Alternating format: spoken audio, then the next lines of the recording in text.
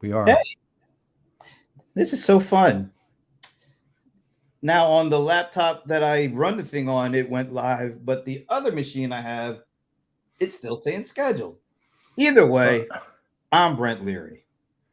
and all other ways, I'm Paul Greenberg. Oh, look, Brent Leary is now live on LinkedIn. That's what the Yeah, notification is. Yeah. you're live. I got the notification saying from Google Chrome saying you're live at an event. Brent Leary is live at an event.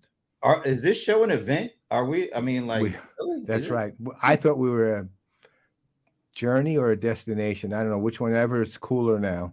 Depends on the week. Depends on which week. Well, everyone always says it's not a destination, it's a journey. Yeah, but the thing I always used to think, look, or you say, I should say, just thought was, yeah, but it's a journey to a destination. It's You know going what we somewhere. are? It's not We are just a trip.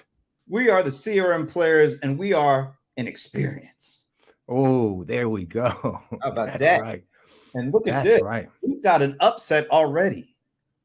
The moment is Finn is nowhere to be seen because it's the moment of summer.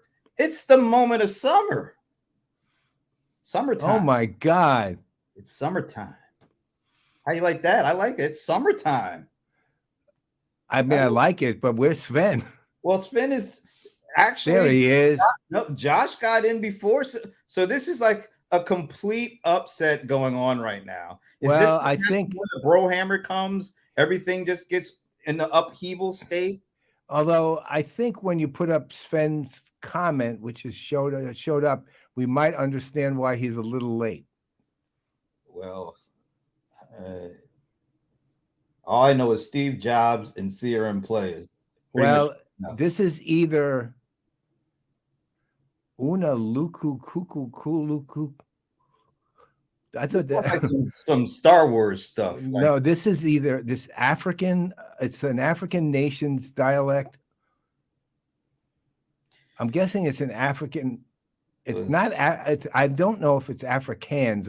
I'm not sure of that, but it's some. It could be. I don't know. Maori or something like that. But it's just a little. But see, then it has these. I'm guessing it's an African dialect of some kind. All right, we're gonna have to go with that. Let us know because we can't spend that much time on this one. Is this? I see like Wonka, like there's a Willy Wonka or something. Well, you see that? You see that where it says Ula Lukuku Lukuku? I see Obi-Wan Kenobi. Josh thinks it's Polynesian. Actually, well, he might. His guess. You know what? The funny thing is, my other option was Hawaiian. So Waka. Whatever. Well, Ulukukukuku, if you ever watched SCTV back in the day, the what do they call them, the Mackenzie brothers used to sing that. They used to go Ulukukukukuku. Oh, look at this. Look at this. Zulu. So you were in the right continent. Yeah, there was no way I was going to get the exact dialogue. I knew I was somewhere with it. There was one, go back to the quote. I'll tell you one thing. There's one key word for me. It was in that he's quote. Actually saying what's going on. Stay curious and have the courage to deviate from conventional paths. Ooh. With this, I'm wishing everyone an amazing CRM Players session. It's an experience now, Spin. That's right. We're no longer an event or a session. We're a transcendent experience. Well, I wouldn't go that far, but we're something. Well, how about transcendental experience? That way we can just sit in front of a lake somewhere. All right, we are the CRM Players. It's Thursday afternoon. We didn't do this. Yeah, we did do this last week. We were just fresh off. We did it twice. We did it twice last week. Once on Wednesday and once on Thursday. So, but we're back in the swing. In the swing. I thought in the moment of spin and hey Swen, we're back. We're back in the swing of things. Hey, we're back in the swing, Swen. Right. Okay, we're off to a rousing start. That's right. Players rollicking. It's gonna be a fun show because we have one of our favorite. I don't know. We could call this dude a guest at this point. He's like an extension or I don't know, an appendage. No, not that. No, definitely no. No. No. No. He is. I think you gave him I gave him a nickname. didn't really gravitate towards that one. I liked, the Bad Boy of ERP, but he didn't. Yeah. But when you bestowed upon him the Brohammer, he got giddy. I mean, I think he really literally got giddy. So it's appropriate. So we will have the one and only Jon Reed, co-founder of Diginomica, aka the Brohammer, on the show in a few minutes. But before we do that, we got announcements. We are a network, That's right. So Monday. Yeah, Monday. Yeah, that usually goes at Freehold Raceway. Yeah, well, I live not too far from Atlanta Raceway, so. Yeah, in New Jersey, it was Freehold, New Jersey, so it's Freehold Raceway. This Monday, June 5th, in the hot seat. They are like cooking because they got the new intro and outros. I mean, it's cool. I think so. Okay. I mean, I'm looking forward to it. It's part of their organizational culture and CEX. I like the idea. I do like the title of the actual episode. Is privacy possible? And if so, do you really want it? You know what I like about it? Who's going to be on it? Do you realize it's going to be co-hosted by Jody Spencer and Thomas Webernight? But who is the guest? One of our favorites. I almost want to say Liz Lemon because it just rolls off my tongue. Liz Miller. It's going to be fun. It's going to be fun. You got to check it out. Monday, June 5th, 1 p.m. Eastern. Privacy, Thomas, Jody, and Liz. It's good stuff. That's going to be amazing. Okay, so that's Monday. But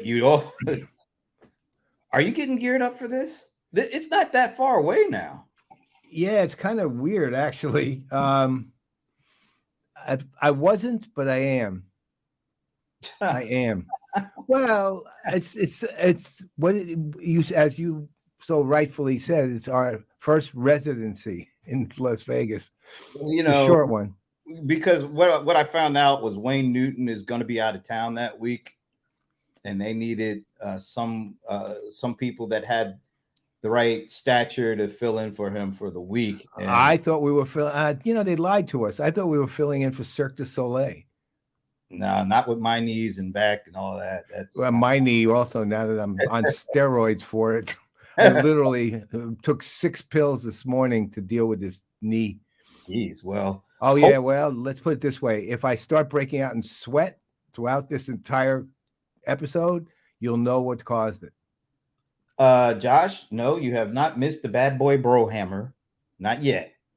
If you did, then our intro went a lot longer than we thought. What are we stacking nicknames upon nicknames now? I thought it was just the Brohammer.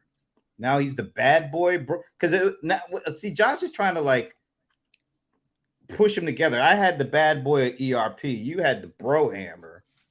Now Josh is coming up with the Bad Boy Brohammer. Not good marketing though. That's a little bit of a mouthful, and now right, a little too long. Brohammer or Prohammer? Prohammer? I don't know what in the world is that. I don't know. These people are having so much fun with these nicknames. But anyway, getting back to Vegas, so we're going to be out there for 2 different things back to back the week of June 11th to the 15th. Pega World Inspire, the first part at MGM. We'll be there for a couple of days. We're going to be doing live shows from MGM. That's kind of cool. That is really cool being able to. We're doing shows at MGM in Bellagio for Variant. Could you imagine 20 years ago saying that? Like, we're going to be doing shows live. That's right. That sounds so stupid if you think about it.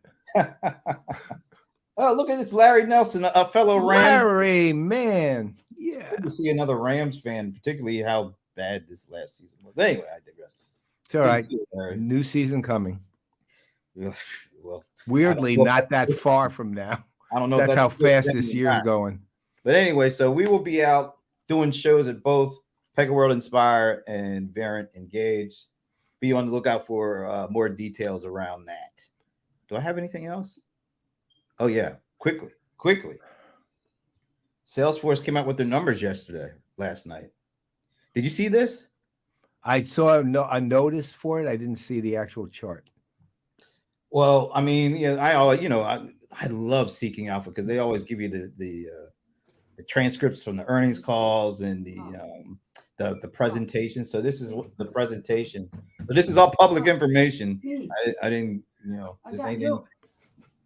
I got a kitten. I got a kitten. Oh my! Was at the door. Yvonne, we're on. Oh my God! Yvonne found a kitten. We have a new kitten who just showed up. That's what happens when the Brohammer. I'm telling you, That's right. Things just go crazy. Chaos gets added to the universe. Chaos, mayhem. Prince had a album called Chaos and Disorder. Maybe it's Brohammer in Disorder. I don't know. We'll figure it out. But anyway, so this one slide from the earnings presentation really caught my attention. Like the breakdown of growth across the clouds. I'm just going to ask you, do you see anything that really stands out? There's a couple of things that really stand out to me, but take a look. See anything that really stands out to you? In terms of the evolution of the growth or something? What? Yeah. Well, data obviously stands out for the and everything else for the platform and other. Holy crap! That's the one that just platform went from the absolute greatest to the absolute, close to the slowest growth in just a year's time. 58% to 12%. That's wow. That's a fall off the cliff. And what's really the other thing that you mentioned data, but look at sales. Remember when everybody was saying the sales cloud was so boring, and it's held its growth better than most of the other ones, which is really interesting. But yeah, platform. What the hell happened? That's a big fall. I don't know. That is a peculiar. It's peculiar. I mean, I'd be interested in finding out what went on. Meanwhile, Brian is still giving names to Jon Reed. No, actually, Josh gave that name, and Brian is supporting it. Oh, okay. All right. Did I miss one here? Yeah. There it is. We're here for the analysts. Well, we love you too, Josh. Jeez, thanks. It's all right. It's all right. We know when we're second to everyone. Yeah, pretty much. Okay, so you know what time it is now before we bring up. Yeah, it's new kitten in the house time. That's okay, but it's also that's eighth kitten. But it's also kitten. I know what it is. I'm avoiding it. This. It's time for Stump the Godfather with the venerable Paul Greenberg, brought to you by Microsoft Dynamics 365 Copilot. I was looking around while that was going on to pull a bag over my head. Did you like the Benny Hill music in the background? Yeah, I got it. Believe me. What do you think about the voiceover? He's a true artist did that. Well, we're waiting for our true voiceover professional to do that, which is the one and only Anand Thakur, the golden smog of CRM. So we'll have that. Well, it's coming. Yeah. See, Larry knows. Larry knows. All right. It just means that we're all of a certain age, is what that means. Look at Rebecca. Didn't they recalculate what they included? Oh, maybe that. Oh. Maybe, but that is I still wonder how what they used to I guess what went into recalculating it. Yeah. All right. Okay. So this week's Stump the Godfather, not to be confused with Stomp the Grandfather, because I've actually heard people say that, which is kind of mean when you think. That's just something that had to do with their own personal life. Yeah, really. Get a life. All right. So we are ready. Get a nice grandfather. This one just jumped out at me just yesterday, I think. So I was reading something from somewhere. Boy, I should be a little bit more accurate, but anyway, something from somewhere. And I saw this. Apple says developers generated blank amount in App Store ecosystem in 2022. Is this a dollar amount? It's a dollar amount for 2022. Apple says developers generated this amount in App Store ecosystem in 2022. What is your guess? And anybody out there who wants to take a guess, put it in the comment section. I'm assuming that they mean that I'm not sure what they're using for what generated the revenue other than the apps themselves. Maybe there's something else I'm unaware of that goes into getting revenue from them, services that I'm unaware of. But without assuming apps only here, I'm going to take a complete flyer on $1.5 billion. $1.5 billion. Anybody else want to get a vote in? Put it in the comments section. Oh, look at Donnie. He's close to you, 1.1 billion. Sven is, oh wow, look at Sven, 20 billion. So we've got you at 1.5. We got Donnie at 1.1. We got Sven at 20 billion. Is that your final guess? Is 1.5 billion your final guess? Look at Sahil is at 2.8 billion. All right. Given that it's a complete guess, yeah, it's my final guess. I mean, if I'm accurate, it's by accident. Look, Sven already updated. He went from 20 down to 5. So I think everybody kind of talked Sven down. Oh, look at Jack. 10 billion. Woof. All right. So Jack is at 10 billion. That is the high mark so far. Josh is with Sven. So they're both at 5 billion. All right. So we got 10 billion. We've got 2 at 5 billion. We got Sahil at 2.85 billion. We got you at 1.5 billion. And we got Donnie at 1.1 billion. Rebecca, what about Patrick? Patrick, want to take the guess, Rebecca? Let us know. Put it in there real quick because I am. Oh, wait a minute. So Donnie is saying 1.1 trillion. Okay. Donnie is now suspect because that he saw the article. He read the articles. Yes. Yeah, he says that. Sorry, so if you don't count, then Donnie. What do they call? What goes into revenue, components of revenue for the App Store ecosystem? Hey, I guess it's whatever sale people are buying in the apps in the App Store, whatever they're paying. That's insane. Well, that is nuts. And that's just 1 year. And that's what $1 is trillion? And Apple gets what, 30% of that? I don't know. Trillion trees. That's Patrick. Yeah. He was closest. Are you? I mean, that's an astounding number. That number is unthinkable, but apparently it happened. And then what that makes me ask about Apple? Why are they charging a subscription fee for the iPad, Logic, and Logic and Cut Pro? Yeah, I agree. Stupid. That is amazing how much money that company is just churning out. Hard to believe, really. But, there's something to be said about brands like that. I mean, meaning how they do it. So this is like the first one of the Stump the Godfathers of late that you were kind of off. I had no clue. That's what I said. It's a complete flyer. I had no idea. It could have been $1.50 for all I knew. Well, you know what? 2 out of 3 ain't bad. So maybe next time you might get back on track. But in the meantime, that was Stump the Godfather, brought to you by Microsoft Dynamics 365 Copilot. Makes sense though. It makes sense I would get it wrong because it's an Apple question in a segment sponsored by Microsoft, right? So it's all about the numbers. All right. So that was cool. Actually, and thank you for participating, everybody. Lots of numbers, and nobody was even close because I don't include Donnie because he cheated. That's right. He cheated. There it is. Okay. Look at Josh's comment though. considering all global trade is 29 billion, I think the article might be a bit of an exaggeration. Why would they exaggerate? Because don't taxes have to be paid on that money or something? I'd be making it real low, but that's just no. Matter of fact, no. I would make it as accurate as possible. I don't want any agents coming at me for. That's right. Brent pays his taxes accurately. All right, that was fun. That was some fun stuff. I think we're ready for our guests. But you know what? I want to set something up because our guest actually responded to the clip that we put up with GradCon.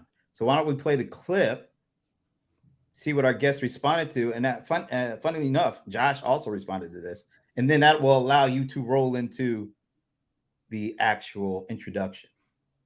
So here is a clip from us last week at Pros Outperform in Denver, where we had GradCon, their CMO, talking about how he used ChatGPT, and both of us were a bit quizzical upon it. But let's watch the clip first. Blog post that's on Copernican Shift is actually written 100% by GPT-4. Wow. It sounds just like me because it's based on hundreds of blog But posts. it's first thing you ever learn about writing is find your voice. Right. Right. And it's Yeah. the most important thing about writing. Some people it takes years, some people it takes months. If the actual AI can pick up and reproduce someone's voice, now I am actually scared. If he's Right. happy with what it produced for him, I made no changes. that's kind of scary. I'm a big fan of advertising history. David Ogilvy and all the people who kind of created the industry. And I've always regretted that I was born too late to work with them. My father did.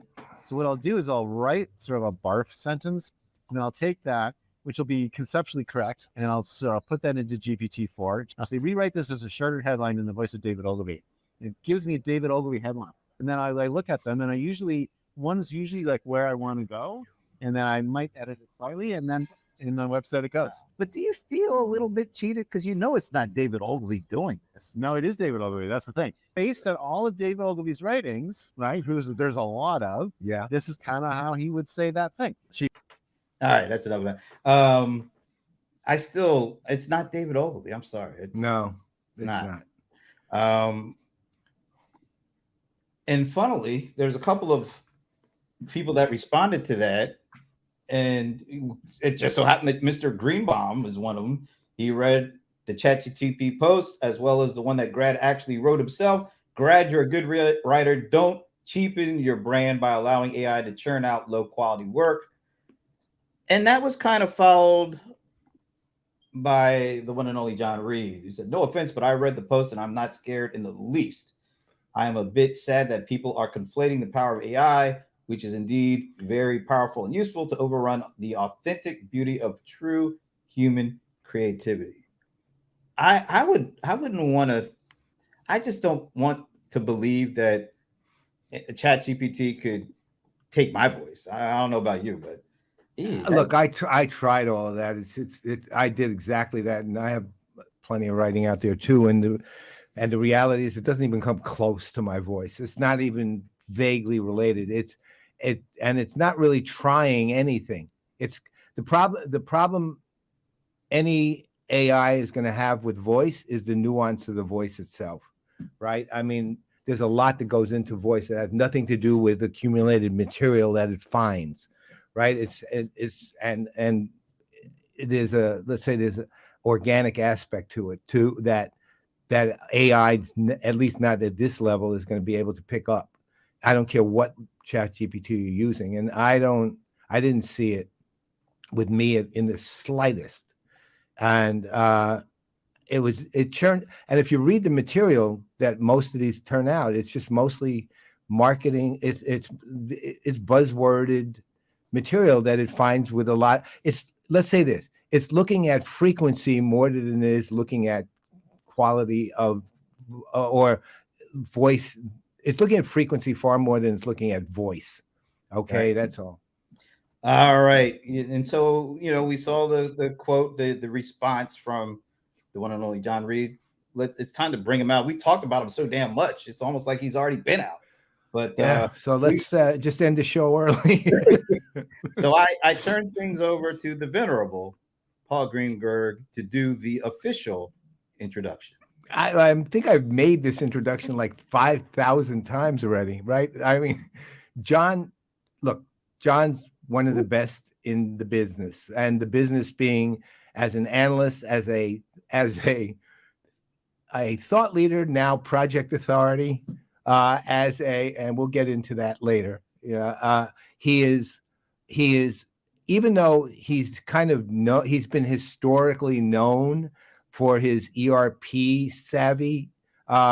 He knows the whole thing from end to end when it comes to anything in the enterprise tech world and beyond. Plus, he happens to be a great human being. He's a very straightforward guy. He will tell you what he thinks without offending you. He will just tell you honestly what he thinks. And at the same time, he's, I guess the best way to put it, he's unique in the way he does it. Right. Jon has a great sense of humor, but he also has gravitas, right? Which is an unusual combination. I mean, a lot of times people who might have a good sense of humor have no gravitas, which makes them nothing more than a clown. In Jon's case, he's got them both, and it really does. The world listens as a result. So I'll leave it right there. All right, and then you're gonna have to answer that one. I'm sorry, Brian. What Photoshop? Hey, look, I thought this was one of my most masterful Photoshop jobs because, quite honestly, first of all, I love the picture.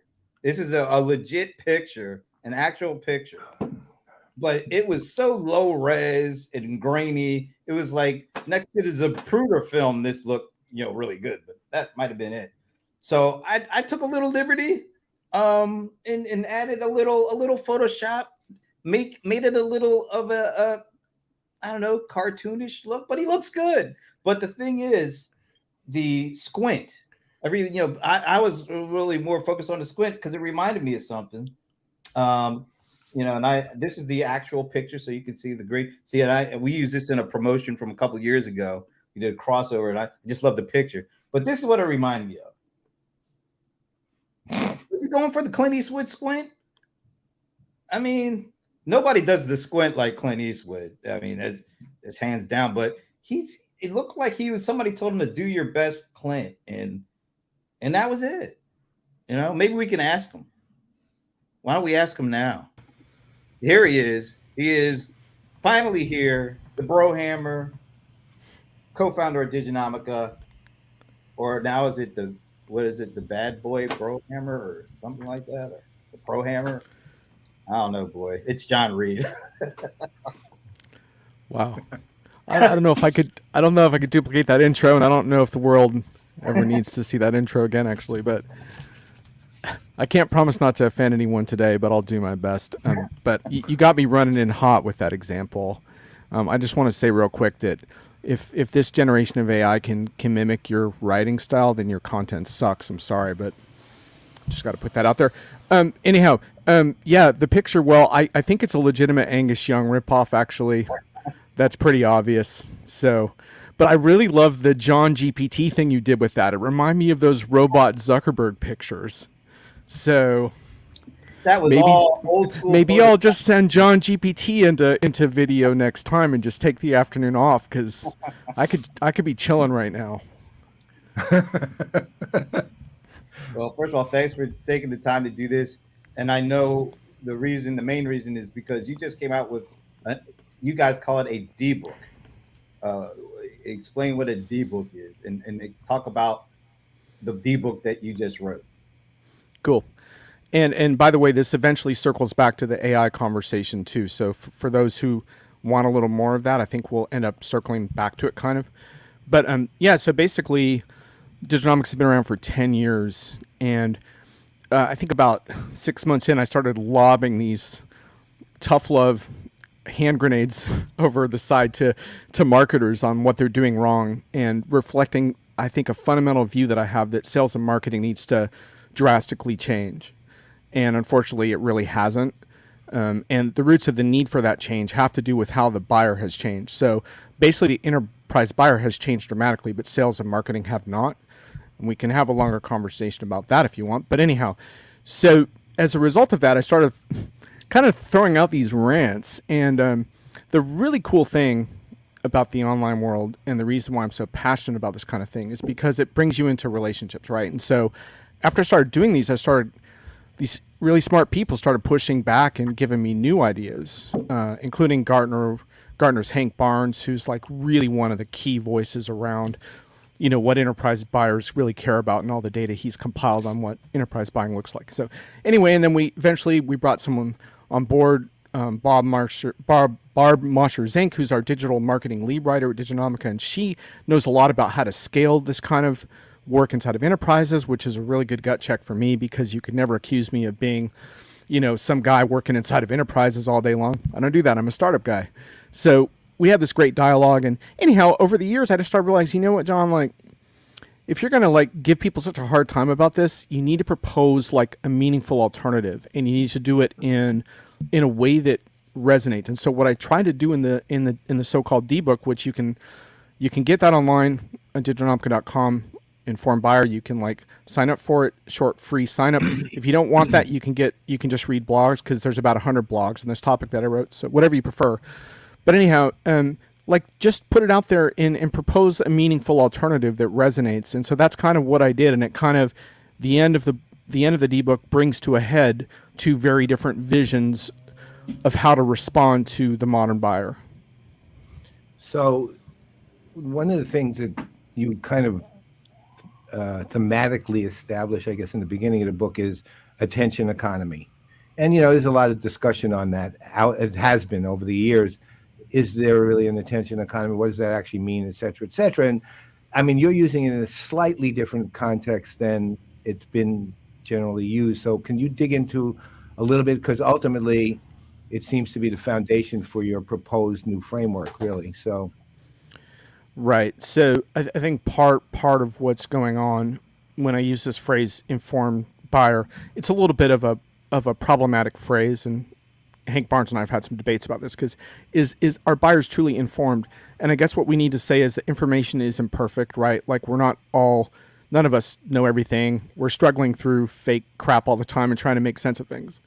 But I think one thing we all have in common is we want to be more successful in the enterprise. We want to have more successful projects.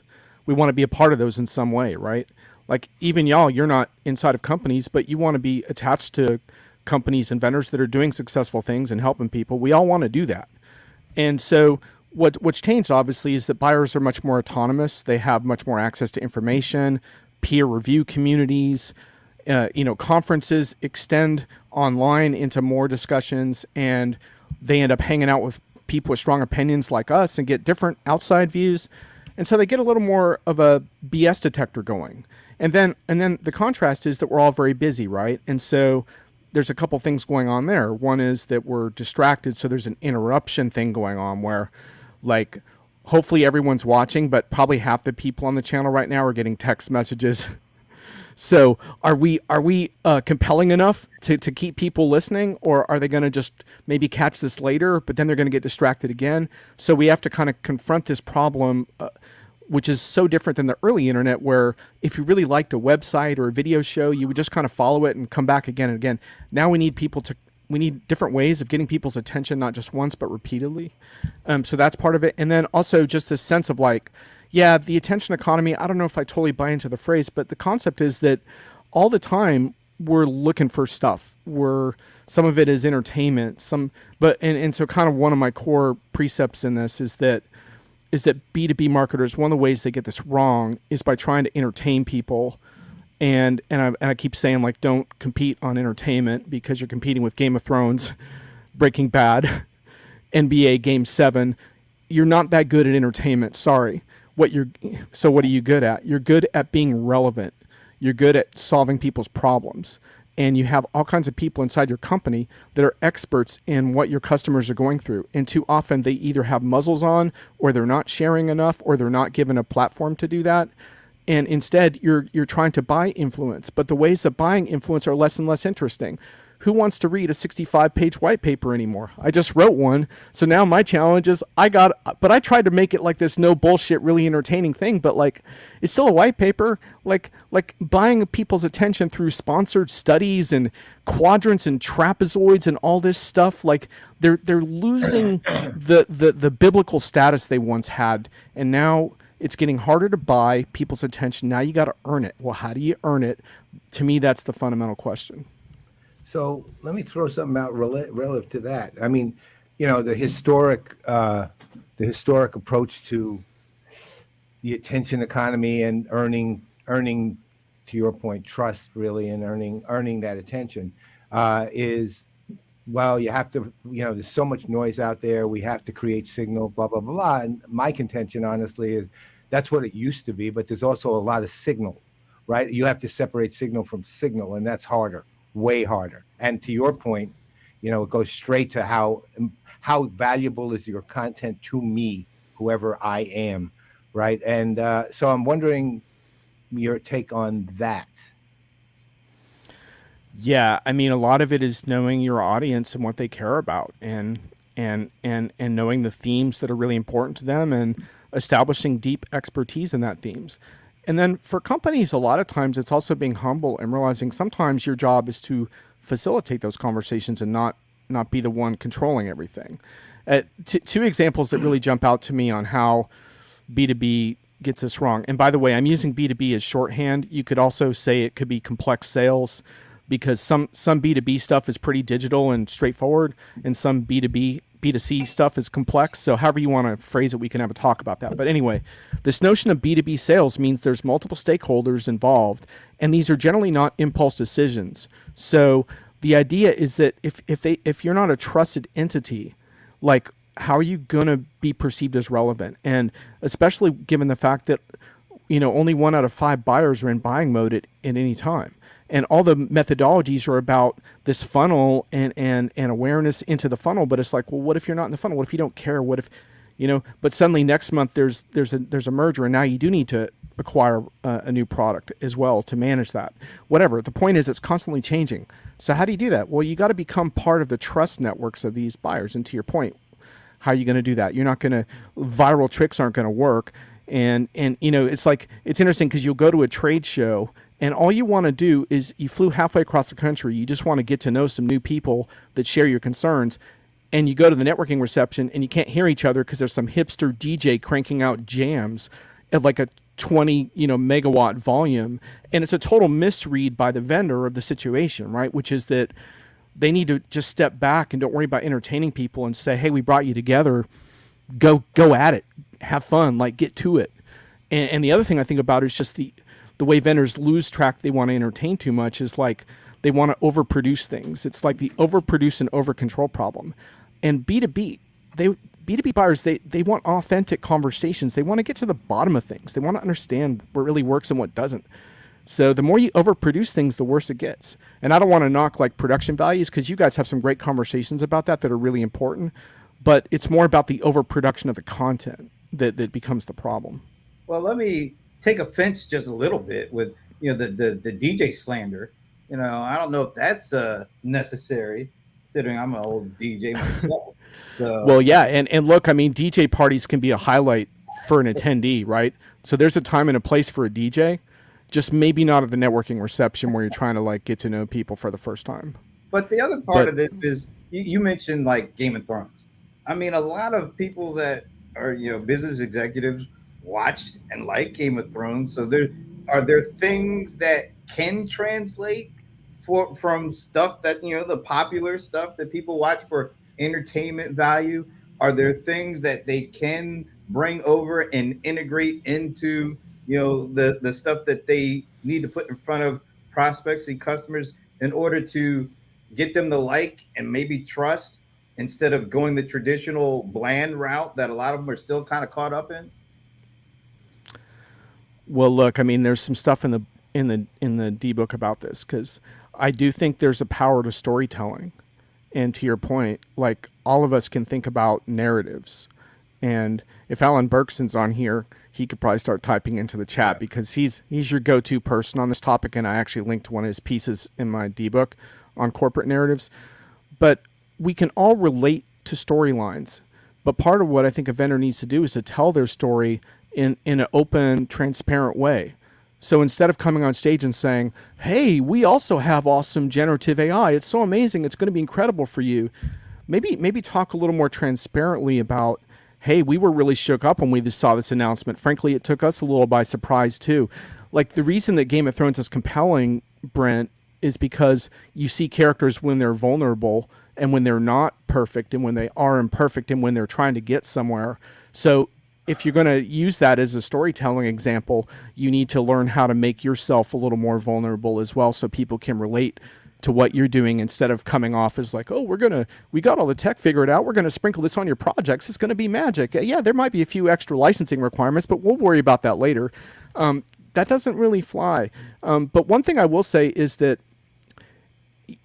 and Paul, I learned this from you to some extent, but your customer experience is only as strong as your weakest link. And so if you tell some amazing story on a keynote stage, and then next week your support escalation issue is a real pain in the ass, then you've fallen back. So part of it is that whatever you create around this stuff needs to be sustainable around everything you do to serve customers. And if you're also creating really cool stories, great. But if you're creating cool stories and your support sucks and your experience of contracts, licensing, and renewal sucks, then your stories are basically fraudulent and they're not going to stick to the wall. Right. And from the standpoint of all of this, I mean, I'll put it this way: entertainment in lieu of what you're saying, right, is bad news. Yeah. But I do think, look, ultimately, I'm going to not use the word entertainment for a second. We're dealing with engagement, how people engage, right? Meaning, what is it you're telling me that makes me think, okay, I can buy into this one way or the other, whatever form that takes. And again, direct to your point, all of us, grew up with television or movies. We just did. I mean, it's not like that was us, sometimes they were special. Sometimes they were just how we spent our, childhood, because it was raining out and we couldn't go outside. Now we just watch it online instead with 8,000 other ways. And we're still dealing with human beings. And in the B2B environment, I think what I'm hearing is more like when entertainment's your primary purpose, as opposed to, let's call it authentic, providing both content with value and an authentic, I hate that word, by the way. I really hate authentic. Yeah. It's just the worst friggin' word. I thought you hated cake. Let me put it this way. Unvarnished. Unvarnished is a good one. Honest. I use the word honest. I use the word honest instead of transparency, because I think transparency is full of crap as a concept. Because thanks for being transparent about that, by the way. Well, no, you know what it is? I said you should be honest about it and say we can't be fully transparent, right?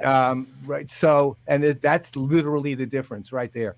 But when it comes to this, having a kind of relationship with people as a company to another company, or individual at a company to other individuals at that company, that basically said, look, I not only am going to try to provide you with content of value, but I'm also going to value the relationship we have, right? Or the one I'm trying to develop with you, and vice versa. You do those things. And then the entertainment part basically is just supportive. It's like remember the whole argument, is technology a driver or enabler?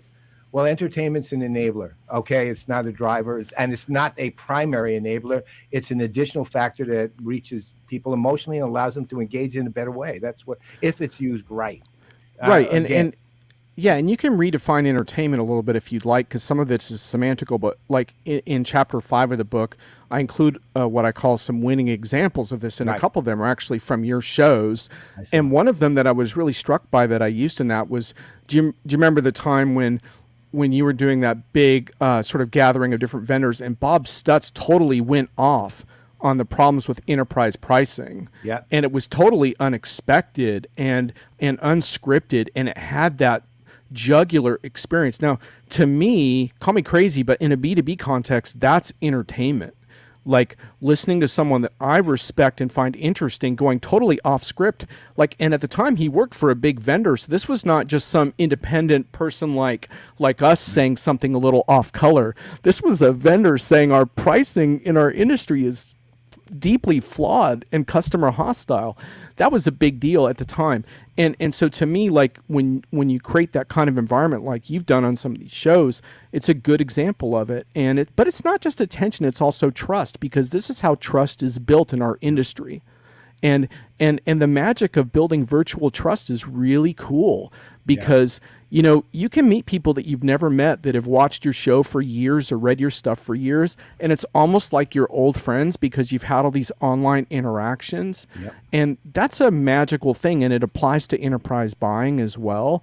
And so I just really want to encourage vendors that there's a way forward with this. But the danger, of course, is that if they throw AI at these problems, they're gonna actually destroy the trust that they're doing such a good job of potentially building. So. All right. I mean, I'm there. Yeah. So, but what are they to do? Like how? Because let's face it, you know, Bob doing what he did in the position that he was in, that's like once in a trillion. You're not going to see anybody else do that. I don't think you're going to see anybody else have the guts to do that in that position. Absolutely. At that time. So what do you think they can? Okay. What are the things they can possibly do? This is good then. So, and I want to get back to the AI thing before we wrap, because that part's really important to tie that in. But in general, like the good news. Oh, Brian is saying he loves user conference where the audience heckles the CEO. That's Pulitzer Prize material there. Yeah, and look, I mean, sometimes customers are pretty open with vendors. Other times, depending on the vendor, they might feel a little bit intimidated. The vendor has to work a little harder to draw that feedback out. But some of the most valuable things vendors can do are facilitate those kinds of discussions Brian is describing, even if it's just in a room. I remember going to a vendor I love sitting in on those open customer feedback sessions, and I remember getting kicked out. It was me and Frank Scavo, and the vendor was like, "Yeah, they warned us you guys would show up and try to get in here. You're not coming." But it's great to get that kind of unvarnished feedback. And in the book, Brent, one of the things I go into detail on is I say B2B companies should compete on relevance, not entertainment. But I subdivide relevance because relevance has two main strands. One of it is what I call thought leadership content, and what Bob did is a subset of thought leadership, which is pretty rare, which is a certain provocative kind of thought leadership that only a certain rare amount of people can do. But the other strand is so-called helpful content. And this is content that facilitates and makes lives better for your customers, prospects, and people investigating your company throughout the life cycle of using your product. And this is something that many people inside of a company can help with. And there's all kinds of stuff needed, from FAQs to how-to videos to troubleshooting to hey, come look at the session while we try out this new AI tooling that we're working on. There's all kinds of stuff people can do that is relatively non-controversial. But there are a couple things that need to change to make that happen, right? Because you have to, first of all, you have to take off the social media muzzles, and then you also have to reward people for participating in creating this type of thing, so they don't see it as competing against the rest of their jobs, but see it as part of their jobs, rather than just, oh, I'm a really valued community member. Because I've seen a lot of vendors and customers where you can be a valued community member and get no recognition or respect or compensation for that at all, and that's not really like fair or sustainable. But there's all kinds of what I call helpful content that's incredibly valuable inside of a so-called ecosystem that is not controversial like what you described. So let's take it. You've had your discussion on in the book on thought leadership was really kind of interesting because, well, it's very interesting actually, but you kind of were, if I read it correctly, you were kind of want to call it, in effect, let's say the core part of it, you wanted to call project authority.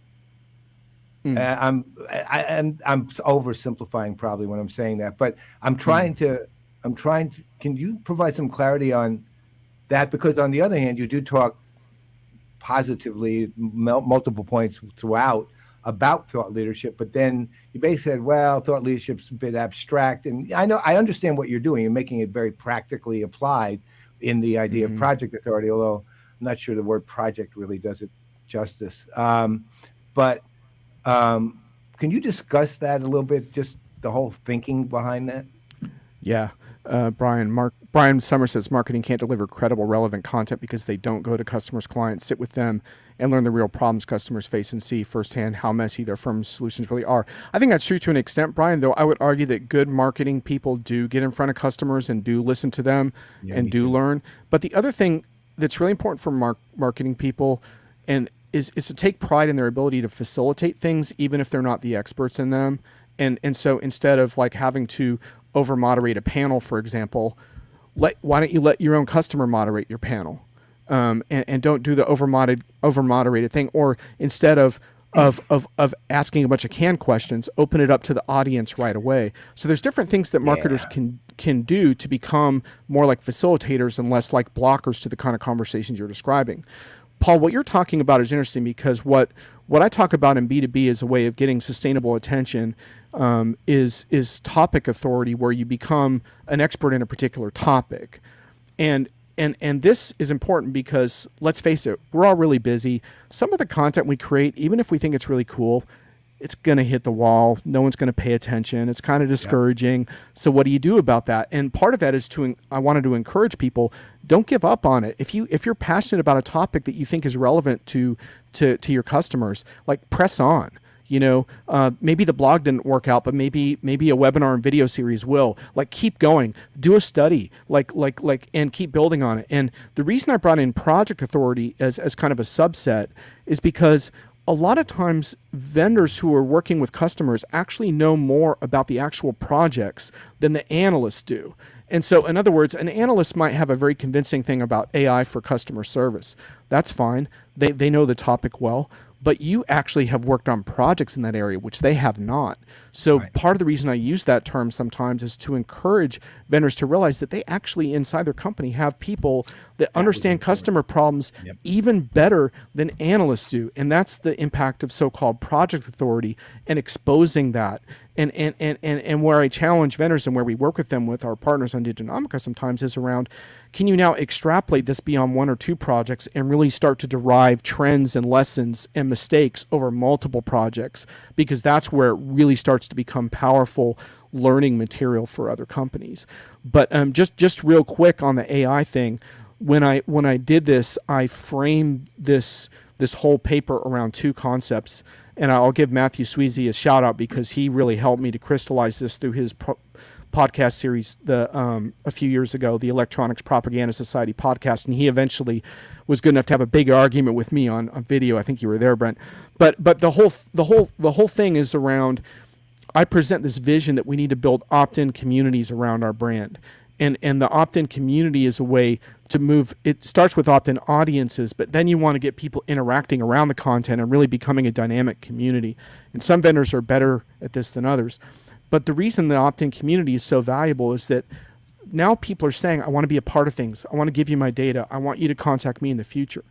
And the alternative to that is what's called AI for context, which is this fanciful idea that we can rely upon AI to predict exactly what the intent of our audience is at any given time. And I argue that that's a pipe dream because our context changes so quickly. Like right now, my context is this show, but as soon as I get off, I might have a text message from my mother that she's having trouble connecting to a train in New York. My context is now totally different. Like the AI system, I don't care how smart it is, it can't possibly predict that. That's not what AI is good at. That's right. And so what I try to talk about is what AI is actually good at, which is enabling everything around this content to happen. So create this really good content, but then throughout your customer's life cycle and stuff. But then like use your AI system to figure out how to enable it possible for people to consume it in the form they want, in the timing they want. But it's much more of a vision where the opt-in community is at the center, not the technology at the center. And then AI becomes an enabling technology in that process. Now the book doesn't really get into generative AI all that much, but that's mostly because I think generative AI is crap for content creation in the kind of ways that we just described during this show. And the reasons for that are quite specific. It's it's a deep learning model that is based on predicting your next word. It doesn't understand what it's saying. It's not going to create the kind of human, satirical, funny, sharp, biting, insightful content that readers want in the B2B sphere and will relate to. So it's not relevant for this. But generative AI is good for a lot of cool stuff. Like, so for example, like you can use it really effectively, like in the example of your CMO that I trashed on LinkedIn. Like, one of the things it's actually good for is if you have 50 blogs, give me a summary of those 50. Let me see what the top 10 points are. Well, that's pretty powerful because you can do something with that, or you can maybe even get it to convert that into a PowerPoint for you eventually. And so there's a lot of cool stuff, and generative AI has a lot of fascinating use cases across many industries. It's just that it's not going to replace human creativity. Now, someday, could AI replace human creativity? Yes, but I do really I've spent a lot of time digging into this, and I would like the audience just to consider this fact. A lot of the biggest experts in the AI field believe that this is actually a detour. Large language models are a detour from the type of generalized intelligence that has reasoning and problem solving and works more like the human brain, that would someday possibly be more human-like in what it does. And that type of AI would probably create a whole different kind of content. And that could be both scary and threatening and really fascinating, but that day is not today. Oh, and by the way, a fully AI-generated blog post like the one that we described, that has no copyright protection and can be legally scraped from your site and used by anyone else, that's actually law at this point. So go ahead and do that if you want, but it's fodder for anyone who wants to take it and steal it. You have no recourse. Not that anyone would want to, but anyway, there it is. Well, the funny thing about all this stuff is, people are so excited about doing stuff like that, or creating, being able to create images and imagery, and this stuff is really great for that. I still don't call those folks artists. I mean, no. It's just because you're able to say a few words, or type a few words, and some graphical images come back. That doesn't make you an artist to me. That doesn't mean that all of a sudden you transformed into Picasso overnight, just because the technology allows you to create, to generate images based off of you typing or saying something. And I think that's one of the things that's really irritating me is people are actually starting to try to act like they're something that they're not, because now they're able to do things that they weren't able to do before. Look, I mean, to your point exactly, it might generate a very cool looking image, but that doesn't make you a great artist. No. Right. And the distinction is going to have to be really clear. That was really cool. It's like the one I always bring up is what's the name of that thing? Jasper. Their actual marketing is you can write a blog post. You can write a great blog post at just 2 clicks. No, you're not writing anything, right? You're literally not writing anything. You're literally clicking twice. That's all you're doing, right? Then it's like you can write a great blog post with 2 clicks. No, you can't, right? So very simple. On top of that, going back just to that grad con, when he's talked about being able to kind of interact with David Ogilvy, but you're not really interacting with him, even though there's a lot of his works that are available in the cloud that can pull things that maybe he might say or do, but it's not him. My buddy John Lawson, I do what do I do with him? Pass the mic. I used to be watching him, and I passed the mic, and he was telling me he's pretty heavily enthusiastic about all this stuff, and he was telling me about something he found where it's like you're talking to Prince. You can ask Prince, these questions, and you'll get this response. And he was saying that in a way that I think he thought I'd be excited about it. I was like, that's a terrible idea. I know it's not Prince. Why the hell would I want to ask that? Because it ain't the person. It ain't the thing that I gravitated towards. Just because this thing might sound like him and can pull stuff from the web and answer things. Okay. But let me run this by you though, because I agree with you. But like I spent some time with my mother, and it got me thinking about like the fact that we're all aging out. and how precious the remaining time is with our loved ones. And I can imagine a scenario. I'm not going to say I'm going to do this with my mom, but I can imagine a scenario where you would get a relative of yours to record literally thousands of hours of oral history of their lives and your family's lives and their grandparents' lives and everything like that. And I can imagine turning that into some kind of searchable something and then eventually being able to interact with that in some way. And I can imagine some people finding that fascinating and interesting. Now, I don't know that I would want to do that, but that would be different than what you're describing because they're just hypothesizing on what Prince would say. Well, So, the other side to your point, John, though, is that's basically the equivalent of somebody who, after their loved one passes, saves the tape recording of the voice machine, voice machine, because the voice of the loved one. It's basically something that reminds you of that person, but it's nothing to do with the soul of that person in any way, shape, or form. No, right? no, not at all. No, and that's the thing is that you have to start thinking about technology as an enabling thing, not as a super solution, right? Because what you can start doing with something like that is you can say, well, maybe some people would like to send text messages every day to that. Now, I wouldn't want to do that, but that's been done, and some people have derived comfort from being able to interact in that way. And so I'm not going to judge that if that's an interesting use case. But again, that's not about romanticizing the tool. That's about saying, can we use technology as an enabler for something?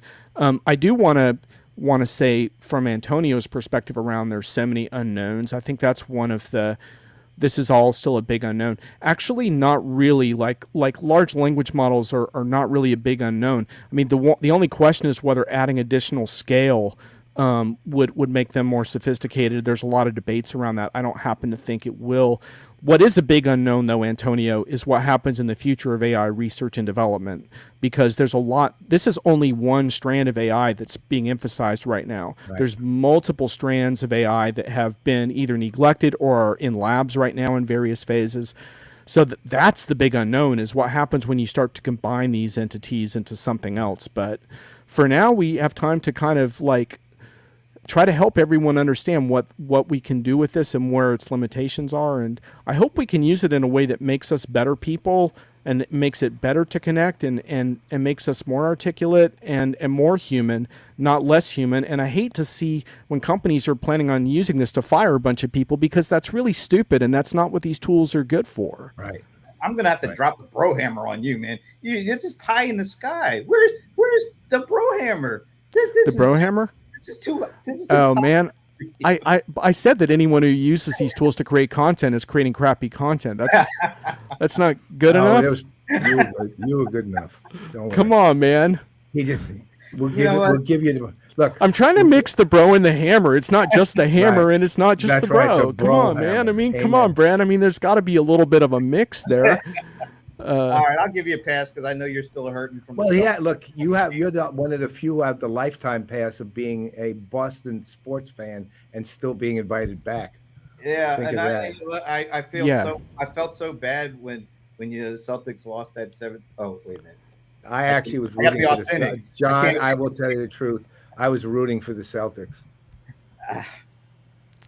Wow, Thomas thinks I'm mellow today. Thomas, I don't know what to do, man. I'm feeling there's a little bit of what did I hold back on? I can't think of what. I said that sales and marketing were fundamentally flawed. You know what? I said that your AI content sucks. I mean, what else do you want me to say? You did it in a mellow tone. That's all. Yeah, they didn't pick it up. It was easy going diss. That's what it was. It was easy. You're right. You dropped plenty of hammers. It's just you went like this. Rather than I just went okay. All right, well, maybe I need to work on my form a little bit. I don't know, maybe I'm like Boston Celtics in game 7. I can't hit the friggin' rim. This is rough, man. Thanks for bringing that up though, Brent. Thanks for bringing that up, man. We can work on it next week because we will both be at Salesforce Connections next week. And you know what? Come on, you know what? I have a great idea. Come on the watch party to give you a cogent analysis of things in real time. Okay. Yeah, well, I appreciate your commenters were on their game. Thanks all. That was fun to read that chat. Yeah, there's a lot of stuff you're gonna have to do some answering because we couldn't even put them all up. But no, this is great. And where could they get the dbook? Yeah, it's on Diginomica. There's a dbook on the menu. Just go to the Informed Buyer area. And like I said, if you don't want to download it, there's a bunch of blog posts by me. You could just do a search on Diginomica on the topic. Download it. Forget that alternative stuff. Download the book. Seriously, it's worth a read. I did a first read of this book in 2 days, right? Because I wanted, aside from, I was really curious. We didn't even cover 98% of this book. There's a lot on the change in the buyer's journey. I mean, or the limitations of what most people think is the buyer's journey is probably more like it. There's so much more in here. The whole discussion on content is much, much more extensive. Maybe, I mean, there's a lot here. So maybe I could do, while we're out there, a few good minutes with the Bad Boy Brohammer. There we go. And we could get to continue. It will be our internal crossover event. It'll be like NCIS, NCIS LA, and NCIS Hawaii, all at once. By the way, Josh is also 3-day crossover. Velvet Hammer to your growing list. Oh, thank you for my growing list of malleable nicknames. I appreciate it. Well, the hammer's still made of iron. Ooh, Okay. Iron Man. All right. Well, All right. thank you. John, Appreciate it, y'all. We appreciate you having you. And I'll see you next week. And we Chicago, baby. Yeah, we will see you next week on Playaz. So in the meantime, on behalf of the Bad Boy Brohammer, Velvet Hammer, all the names that we have just listed, Jon Reed, I am Brent Leary. I'm Paul Greenberg. We are the CRM Playaz, and we will see you next week.